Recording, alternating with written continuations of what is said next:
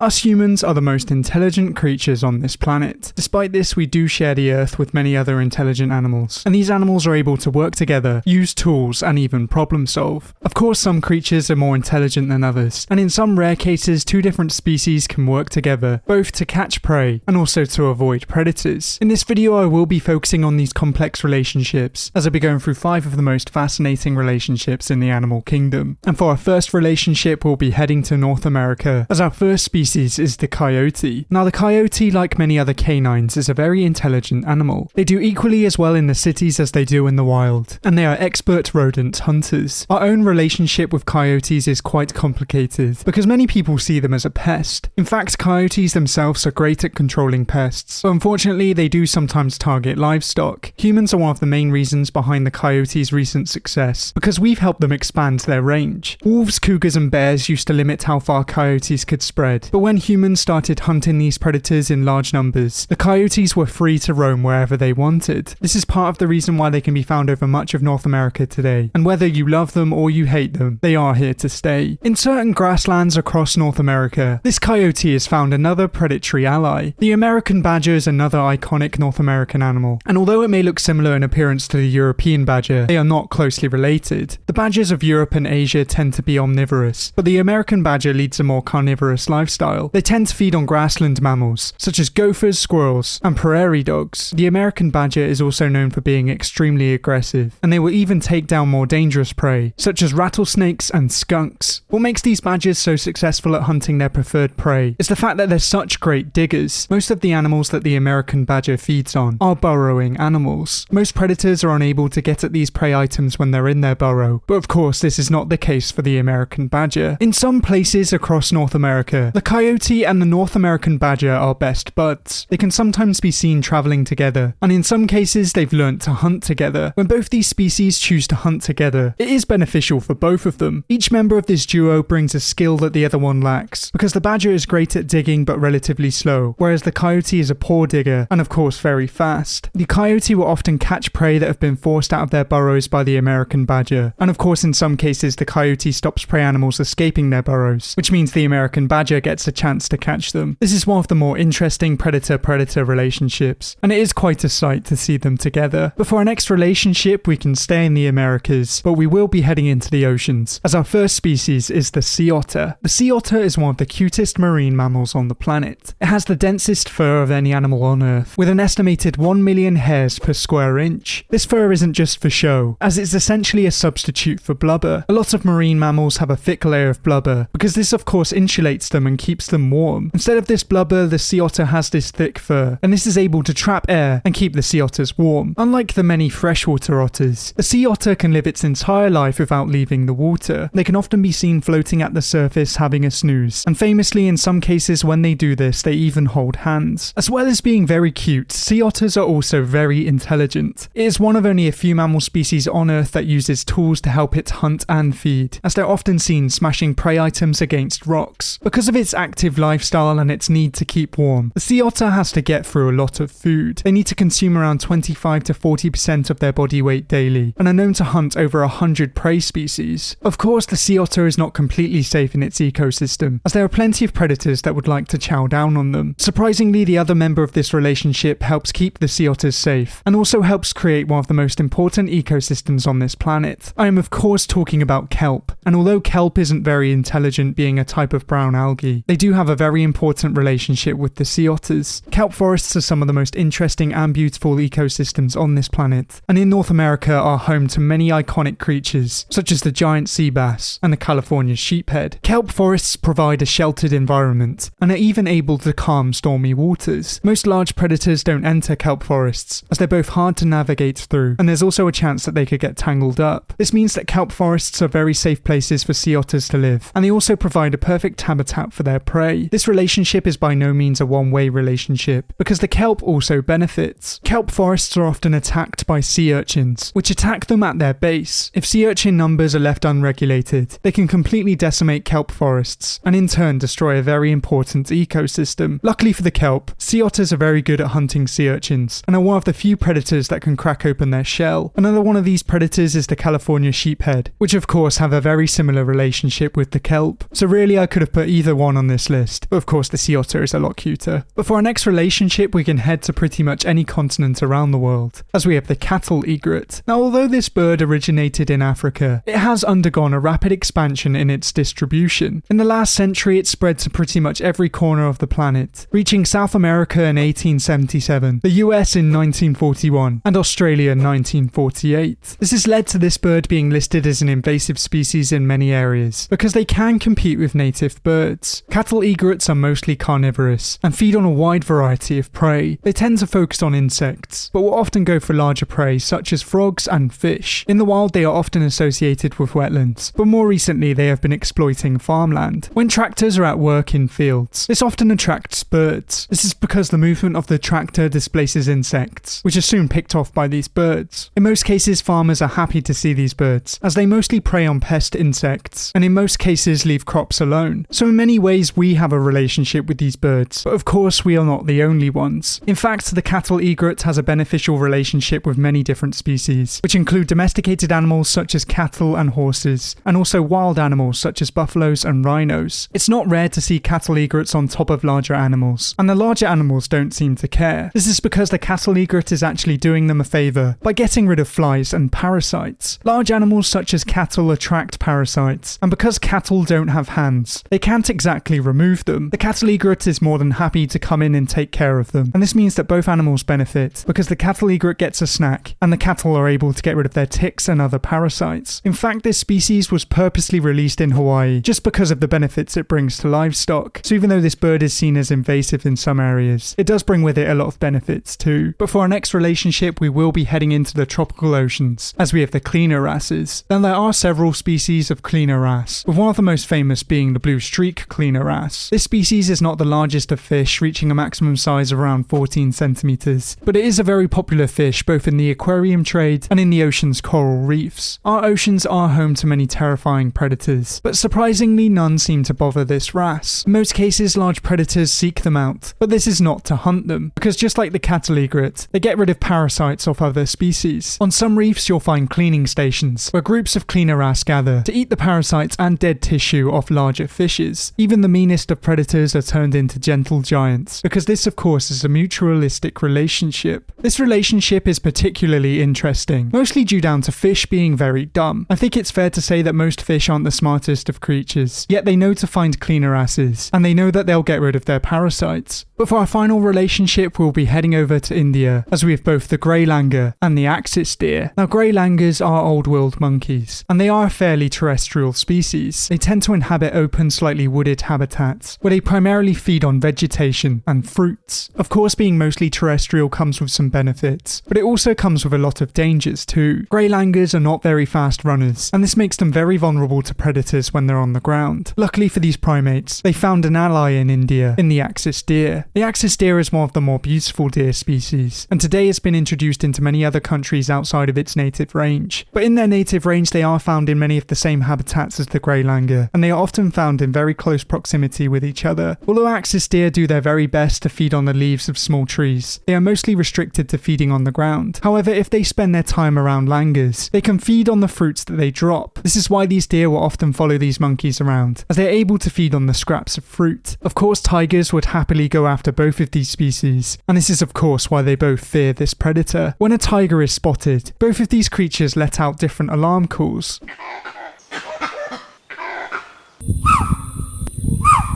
Over the years, each species has learnt the alarm call of the other, and this means that they have a very effective warning system in place. When the axis deer and the grey langur are together, it's very hard for predators to hunt them because they are so alert and are very good at communicating with each other. So even though the axis deer benefits slightly more than the langur, it is a very interesting relationship nonetheless. If you know of any other relationships, then let me know down in the comments below. But thank you for watching, I hope you enjoyed. If you liked it, please leave a like and subscribe if you want to see more videos like these. But until next time, goodbye.